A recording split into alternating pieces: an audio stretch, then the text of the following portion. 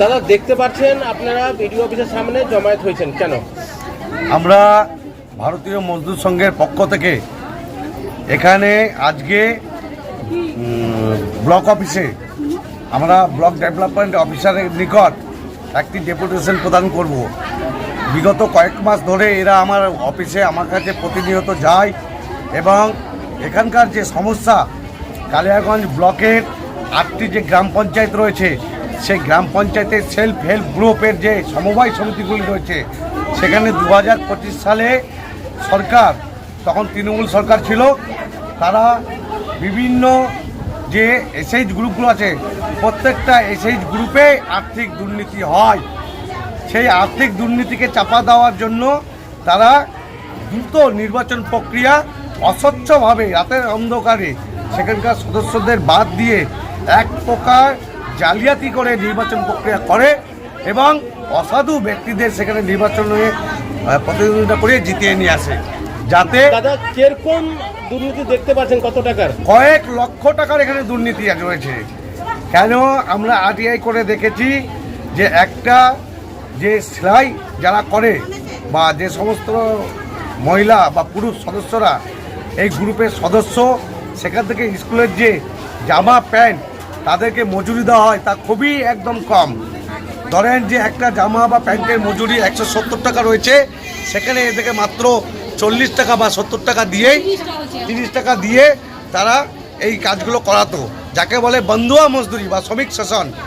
আর এই শ্রমিক শোষণের পাশাপাশি 2022 থেকে 2025 সালে আমরা দেখেছি যে প্রায় শতাধিকের উপর আমাদের এখানকার সদস্যরা তাদের নির্দিষ্ট পাওনা পারিশ্রমিক, পাওনা ঘণ্টা থেকে বঞ্চিত।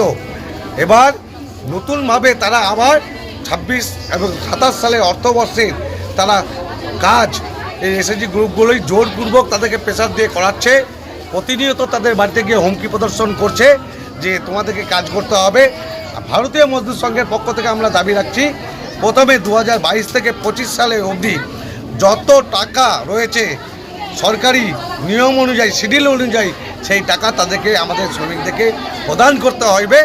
তারপর নতুন করে এই সরকারের যে রাষ্ট্রবাদী সরকার চোটামে গঠিত হয়েছে, সেই অসভ্য বর্বর দুর্নীতিগ্রস্ত সরকারকে ফেলে দিয়ে সাধারণ মানুষ যে ভোট দিয়ে নতুন বিজেপি সরকারকে নিয়ে এসছে, সেই সরকারের ভাবমূর্তি উজ্জ্বল রাখার জন্য মাননীয় ব্লক ডেভেলপমেন্ট অফিসারের কাছে আমি আবেদন রাখবো, নতুন করে 8টা যে কালিয়াগঞ্জে গ্রাম পঞ্চায়েত রয়েছে তার যে এসএইচ গ্রুপের যে সমিতিগুলো হয়েছে তার গঠন প্রক্রিয়ার এবং নির্বাচন প্রক্রিয়া স্বচ্ছভাবে আবার করা হোক, নতুন কমিটি হোক, নতুন কাজের শিডিউল প্রত্যেকের সামনে হ্যাং করা থাকবে যে কত টাকার বিনিময়ে জামা এবং প্যান্ট এদের পারিশ্রমিক হবে এবং প্রতি মাসে যা কাজের নিরিখে যাদের পারিশ্রমিক হবে তা অবিলম্বে প্রদান করতে হবে।